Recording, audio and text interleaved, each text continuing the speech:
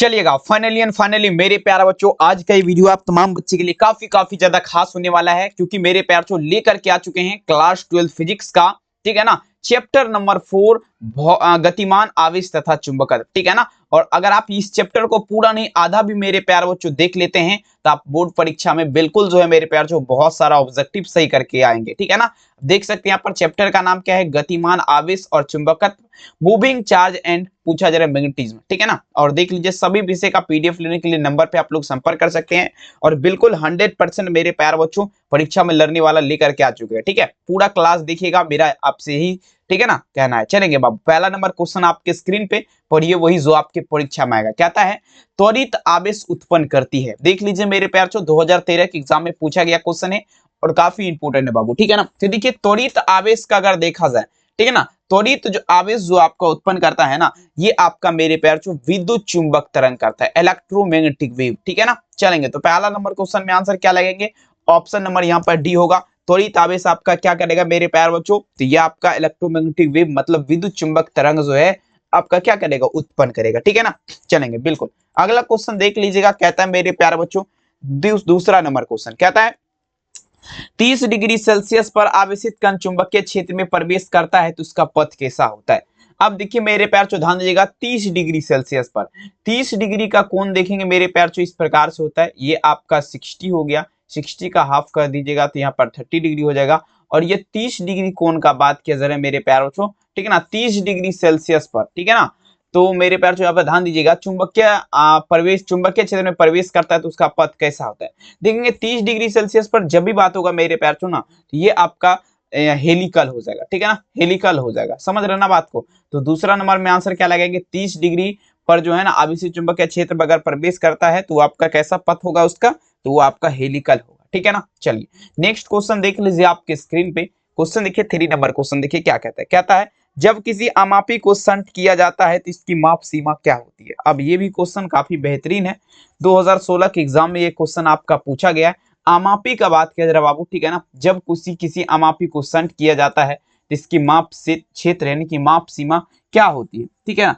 ये माप सीमा इसका बढ़ जाएगा, क्या होगा बाबू, यहाँ पर ध्यान दीजिएगा, माप क्षेत्र क्या होती है, ये आपका बढ़ती है। तमाम बच्चे याद रखिएगा, काफी इंपोर्टेंट है और कई वर्ष ये क्वेश्चन आपका परीक्षा में पूछा गया, ठीक है। इसीलिए बाबू आपसे रिक्वेस्ट है, वीडियो को लाइक कर दीजिए, चैनल को सब्सक्राइब कर दीजिए, बहुत मेहनत लगता है इस वीडियो को बनाने में, तो आपसे मेरा यही उम्मीद है, ठीक है। अब देखिए 4 नंबर क्वेश्चन की कहता है विद्युत चुंबकीय तरंग विद्युत चुंबकीय प्रभाव का खोज की थी, ठीक है ना।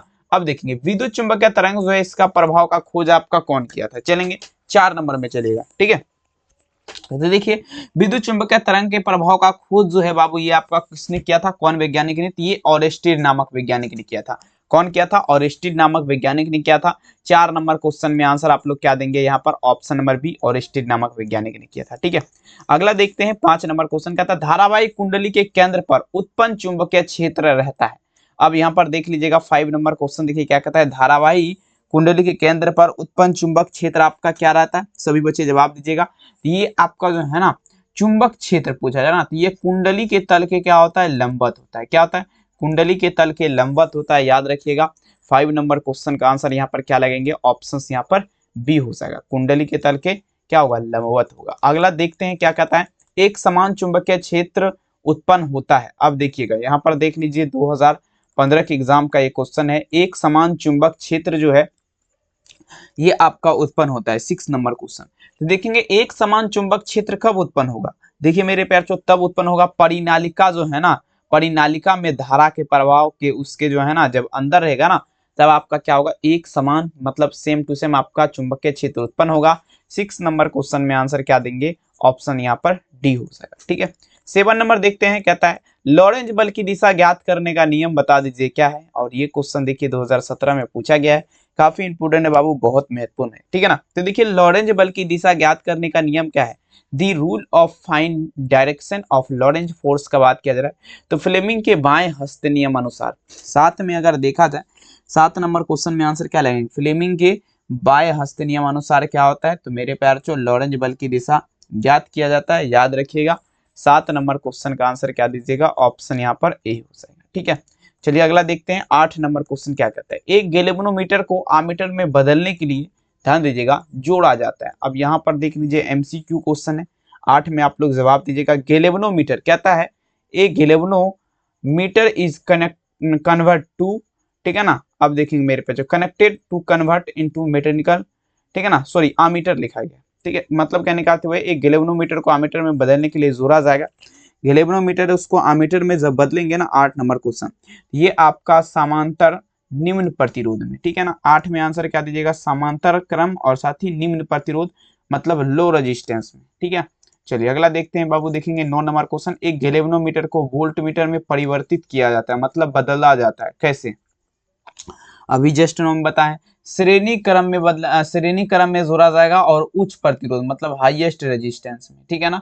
तो 9 नंबर में अगर देखा जाए मेरे हिसाब से विकल्प यहाँ पर क्या दीजिएगा, बी हो जाएगा। अगला देखते हैं 10 नंबर क्वेश्चन। एक आदर्श आमीटर का प्रतिरोध क्या होगा, the resistance of a ideal ammeter is. अब देखिए आदर्श आमीटर का प्रतिरोध क्या होता है मेरे प्यारों, शून्य होता है। अब वोल्ट मीटर का क्या होता है, अनंत होता है। यानी कि आदर्श आमीटर का जब भी बात होगा तो यहाँ पर क्या लगाएंगे, 0 लगाएंगे, ठीक है ना। आदर्श आमीटर का प्रतिरोध क्या होता है, शून्य होता है। अब वोल्ट मीटर का यहीं पे अगर बात कर दिया जाए, वोल्ट मीटर का क्या होता है, तो ये इन्फिनिट होता है मतलब अनंत होता है। तो 10 में आंसर क्या दीजिएगा, डी वाला हो जाएगा। 11 नंबर क्वेश्चन देख लीजिए क्या कहता है, एक आदर्श वोल्ट मीटर का प्रतिरोध क्या होता है, ठीक है ना। अब देखिए यहाँ पर अब क्या लगाएंगे, तो ये आपका इन्फिनिट हो जाएगा यहाँ पे, ठीक है। ये आपका क्या होगा, इन्फिनिट मतलब अनंत हो जाएगा। 11 नंबर में आंसर क्या लगाएंगे, ऑप्शन यहाँ पर सी होगा, याद रखिएगा। अगला देखते हैं 12 नंबर, चुंबकीय बल क्षेत्र का एसआई मात्रक होता है। अब देखिए कहता है SI of magnetic force find is a unit का बात किया जा रहा है, ठीक है। 12 नंबर क्वेश्चन, चुंबकीय बल क्षेत्र का एसआई मात्रक आप लोग देख लेंगे। 12 नंबर क्या लगाइएगा, ये आपका लगाएंगे टेस्ला। टेस्ला होता है चुंबकीय बल क्षेत्र का एसआई मात्रक, आप लोग क्या देंगे बाबू, ये आपका टेस्ला होता है, जिसे क्या चीज से, टी से निरूपित किया जाता है, ठीक है। निरूपित या सूचित जो भी आप लोग बोलिए। अगला चलते हैं, त्वरित आवेश आपका उत्पन्न करती है, ध्यान दीजिएगा। अब देखेंगे मेरे पास जनरेटर्स क्विक चार्ज का बात किया जा रहा है, मतलब त्वरित आवेश जो है ना, ये आपका क्या उत्पन्न करेगा। 13 नंबर क्वेश्चन, त्वरित आवेश का अगर देखा जाए मेरे प्यारों तो इलेक्ट्रोमैग्नेटिक वेव मतलब विद्युत चुंबक तरंग करेगा। 13 नंबर में आंसर क्या लगाएंगे, ऑप्शन डी विद्युत चुंबक तरंग। अगला देखते हैं, 30 डिग्री सेल्सियस पर अगर आवेशित कण चुंबकीय क्षेत्र में प्रवेश करता है तो उसका पथ कैसा होता है। 30 डिग्री का बात किया जा रहा है, ठीक है ना। अब चलेंगे बाबू, 30 डिग्री सेल्सियस पर आवेशित कण अगर चुंबकीय क्षेत्र में प्रवेश करेगा तो पथ इसका होगा, क्या लगाएंगे, हेलिकल हो जाएगा, ठीक है ना। हेलिकल होगा, आप तमाम बच्चे याद रखिएगा, बहुत ज्यादा खास है। अगला देखते हैं, जब किसी आमापी को संट किया जाता है तो इसकी माप सीमा क्या होती है, 15 नंबर में चलिएगा। देखिए किसका बात किया जा रहा है मेरे प्यारों, आमापी का, ठीक है। जब किसी अमापी को संट किया जाएगा तो इसकी माप क्षेत्र मतलब माप सीमा क्या होगा, 15 नंबर में जवाब दीजिएगा। तो माप सीमा जो होगा बाबू ये आपका बढ़ती है, बढ़ जाएगी, क्या होगा मेरे प्यारों, बढ़ जाएगी, समझ रहे हैं ना। चलेंगे बिल्कुल, यहाँ पर 15 नंबर में आंसर क्या दीजिएगा, ऑप्शन नंबर ए। अगला देखते हैं, कहता है मेरे प्यारों ध्यान से समझिएगा, पूछा जा रहा है विद्युत धारा के चुंबकीय प्रभाव का खोज की थी, बताइए जरा। दी मैग्नेटिक इफेक्ट इलेक्ट्रिक, देखिए कहता है the magnetic effect of electric current was, पूछा जा रहा है मेरे पे ध्यान दीजिएगा, डिस्कवर्ड बाय। अब देखेंगे विद्युत धारा के चुंबकीय प्रभाव का खोज किसने किया था, तो ऑरेस्टेड नामक वैज्ञानिक ने किया था। 16 नंबर में क्या लगाएंगे, बी वाला उत्तर हो जाएगा। 17 नंबर चलते हैं, कहता है धारावाही कुंडली के केंद्र पर उत्पन्न चुंबक क्षेत्र आपका रहता है। 17 नंबर, धारावाही की कुंडली के केंद्र पर उत्पन्न चुंबक क्षेत्र क्या होता है, कुंडली जो है ना बाबू उसके क्या होता है, तल के लंबवत होता है, ठीक है। कुंडली के तल के क्या होगा, लंबवत होगा, तमाम बच्चे याद रखेगा, काफी इंपॉर्टेंट ये भी है। नेक्स्ट लेवल का क्वेश्चन देखिए आपकी स्क्रीन पे, कहता है एक समान चुंबकीय क्षेत्र उत्पन्न होता है।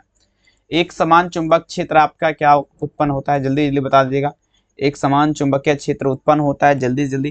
तो देखिए एक समान चुंबक क्षेत्र तभी उत्पन्न होगा परिनालिका के धारा के प्रभाव उसके भीतर, ठीक है ना। 18 नंबर क्वेश्चन में आंसर क्या दीजिएगा, ऑप्शन नंबर यहाँ पे डी। अगला देखिए क्या था मेरे प्यारों, स्वरूप वेग चलायमान आवेश आपका उत्पन्न करता है। अब देखेंगे मेरे प्यारों 19 नंबर क्वेश्चन, स्वरूप वेग चलायमान आवेश क्या उत्पन्न करेगा, 19 नंबर। देखिए स्वरूप वेग और चलायमान विद्युत चुंबक तरंग करेगा, इलेक्ट्रोमैग्नेटिक फील्ड, ठीक है ना। तो 19 में आंसर क्या लगेंगे, ऑप्शन यहाँ पर सी होगा, अगला देखते हैं बाबू 20 नंबर, रिजु धारा की चुंबकीय बल रेखाएं होती है। अब देखिए रिजु धारा जो है बाबू, इसका चुंबक बल रेखा जो है क्या होता है, 20 में चलना है। ठीक है, तो रिजु धारा के चुंबकीय बल रेखाएं जो है ना, धारा के चारों ओर वृत्तीय होता है। क्या होता है, धारा के चारों ओर वृत्तीय। 20 में आंसर क्या देंगे, ऑप्शन ए। अब देखिएगा संट के प्रयोग में धारामापी की सुग्राहिता क्या होती है। अब देखते हैं बाबू 21 नंबर क्वेश्चन, संट का प्रयोग किया जा रहा है, किसका, संट का।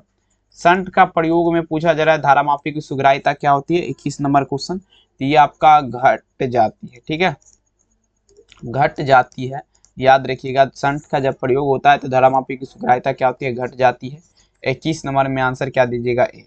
22 नंबर देख लेते हैं, जब किसी एमीटर को संट किया जाता है तो इसकी माप सीमा क्या होती है। अब यहाँ पर किसका बात किया जा रहा है, एमीटर का बात किया जा रहा है। एमीटर को जब क्या किया जाएगा, संट किया जाएगा ना, तो इसकी माप क्षेत्र मतलब माप सीमा क्या होती है, तो ये आपका बढ़ती है। माप क्षेत्र एंड माप सीमा क्या होगा, बढ़ जाएगा। 22 में आंसर क्या लगेंगे, इंक्रीज होगा, ऑप्शन ए होगा।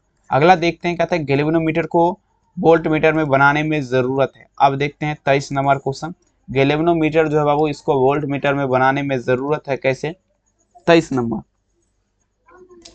तो देखेंगे उच्च प्रतिरोध का मतलब हाईएस्ट रेजिस्टेंस का जब आवश्यकता होगा, 23 नंबर क्वेश्चन क्या लगाएंगे, जब उच्च प्रतिरोध का आवश्यकता होगा तब क्या होगा, गैल्वेनोमीटर को वोल्ट मीटर में बनाने में जरूरी है। 23 में आंसर क्या लगाएंगे, ऑप्शन सी। अगला देख लेते हैं 24 नंबर, कहता है दो गतिशील आवेश के बीच लगता बल आपका क्या है। 24 नंबर, दो गतिशील आवेश के बीच लगता बल, इसे चुंबकीय बल भी कहा जाएगा।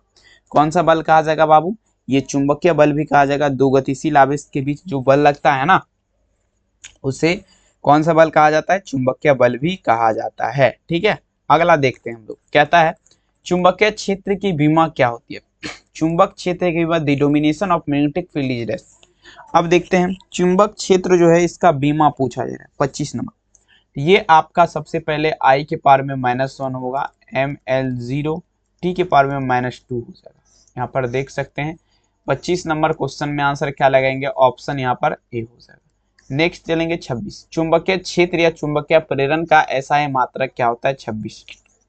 ठीक है, चुंबकीय प्रेरण या चुंबकीय क्षेत्र दोनों का आपका होगा तो सेम ही होगा, समझ रहे ना। तो देख लीजिए 26 नंबर में आंसर आप लोग क्या देंगे, तो ये आपका क्या होगा, टेस्ला हो जाएगा।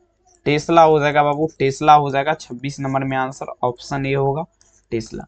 चुंबकीय क्षेत्र या चुंबकीय प्रेरण की बीमा क्या होती है, 27 नंबर में देख लीजिएगा, चुंबक क्षेत्र या चुंबक प्रेरण की बीमा पूछा जा रहा है। ठीक है, चलिए लगा दीजिएगा, चुंबकीय क्षेत्र या चुंबकीय प्रेरण की बीमा आप लोग लगाते चलेंगे। यहाँ पर क्या होगा, सभी बच्चे लगाते चलेंगे। 27 नंबर क्वेश्चन, ये आपका ए के पावर में -1 ML0 टी के पावर में -2 यहाँ पर देंगे। 27 में अगर देखा जाए तो ऑप्शन यहाँ पर क्या होगा, ए हो जाएगा। अब देखिए धारावाहिक कुंडली, कहता है चल कुंडली, माफी चाहूंगा, कहता है चल कुंडली गैल्वेनोमीटर बनाने का सिद्धांत क्या है। अब देखा जाए चल कुंडली, मेरे प्यार चो, चल कुंडली गैल्वेनोमीटर बनाने का सिद्धांत आपका पूछा जा रहा है क्या है, तो धारा का उष्मीय प्रभाव यहाँ पर लगाएंगे। 28 में आंसर क्या होगा, धारा का उष्मीय प्रभाव। ठीक है, चल कुंडली गैल्वेनोमीटर बनाने का सिद्धांत क्या है, धारा का उष्मीय प्रभाव। नेक्स्ट क्वेश्चन कहता है चल कुंडली गैल्वेनोमीटर प्राप्त धारा समानुपाती होता है। अब देखेंगे चल कुंडली गैल्वेनोमीटर प्राप्त धारा किसके समानुपाती होता है, तो यहाँ पर ध्यान दीजिएगा विक्षेप थीटा के, ठीक है ना, विक्षेप थीटा के आपका क्या होता है, समानुपाती होता है, डायरेक्शन थीटा। 29 नंबर में आंसर क्या देंगे, ए। अगला क्वेश्चन देख लीजिएगा मेरे प्यार तो, समान संकेत में चल कुंडली गैल्वेनोमीटर की सुग्राहिता का मान क्या होगा। समान संकेत में अब देखा जाए मेरे प्यार बच्चों, गैल्वेनोमीटर जो है ना, इसकी सुग्राहिता का मान क्या होता है, तो ये आपका NBA बटे में आप लोग क्या दीजिएगा, सी। देख लीजिए 30 नंबर में मेरे हिसाब से अगर आंसर का बात किया जाए तो ऑप्शन क्या होगा, बी। अब देखेंगे मेरे प्यारे बच्चों 31 नंबर, गैल्वेनोमीटर प्रभावित धारा आपका क्या होता है, 31। दी करेंट फ्लोइंग थ्रू दी पूछा जा रहा है गैल्वेनोमीटर इज डैश। देखा जाए कहता है गैल्वेनोमीटर से प्रभावित धारा, तो ये आपका S बटा S प्लस में आप लोग क्या दीजिएगा, GI हो जाएगा। S बटा S प्लस GI यहाँ पर देख लेंगे, S बटा S प्लस GI। 33 नंबर में आंसर क्या होगा, बी वाला हो सकेगा। नेक्स्ट लेवल देखेंगे अपने यहाँ पे, एक गैल्वेनोमीटर को आमीटर में बदलने के लिए जोड़ा जाता है काफी वीवी आई है। सारे बच्चे लाइक कर दीजिए, आपसे मेरा विनम्र आग्रह है। चैनल को सब्सक्राइब कर दीजिए, बहुत मेहनत लगता है इस क्लास करवाने में, आप सभी बच्चे को पता होना चाहिए, ठीक है। आइए, एक गैल्वेनोमीटर को आमीटर में बदलने के लिए कैसे जोड़ा जाएगा। तो ये आपका मेरे प्यारे बच्चों समांतर और निम्न प्रतिरोध में 32 में आंसर क्या दीजिएगा, ऑप्शन ए। अगला देखते हैं 33 नंबर। एक गैल्वेनोमीटर को वोल्ट मीटर में परिवर्तित किया जाता है, मतलब बदला जाता है, ठीक है बाबू। गैल्वेनोमीटर को वोल्ट मीटर में कैसे बदला जाएगा, 33 नंबर क्वेश्चन। ये आपका श्रेणी क्रम में तथा उच्च प्रतिरोध में, श्रेणी क्रम में बदला जाएगा लेकिन हाईएस्ट रेजिस्टेंस में। 33 नंबर में आंसर क्या दीजिएगा, ऑप्शन बी। अगला चलते हैं, कहता है एक आदर्श आमीटर का प्रतिरोध आप लोग बता दीजिएगा क्या होगा। 34 नंबर क्वेश्चन। आमीटर का पूछेगा तो 0 वोल्ट मीटर का अनंत, तो 0 यहाँ पे लगा दीजिए आप, नो प्रॉब्लम, ठीक है। 34 में आंसर क्या होगा, डी। अगला देखिए, एक आदर्श वोल्ट मीटर का प्रतिरोध क्या होता है, अनंत होता है। आमीटर का क्या होता है, 0 होता है। तो यहाँ पर देख लेंगे 35 में आंसर क्या होगा, सी हो जाएगा। और आप लोग हमें ये बात बताइएगा कि ये क्लास आप लोग को कैसा लगा, कमेंट में जवाब दीजिएगा। बहुत मेहनत लगा इस वीडियो को, तो आप लोग इस आपसे रिक्वेस्ट है मेरा, लाइक कर दीजिएगा, सब्सक्राइब कर दीजिएगा। पीडीएफ लेना है, नंबर पे संपर्क कर सकते हैं। प्राइस आपका 399 लग रहा है। सभी विषय का विषय खरीद लेते हैं तो एग्जाम में कोई दिक्कत नहीं होगा, ठीक है। तो बहुत बहुत धन्यवाद इस वीडियो को देखने के लिए, अपना ख्याल जरूर रखिए। फिर से मिलेंगे नेक्स्ट क्लास में, बहुत बहुत धन्यवाद।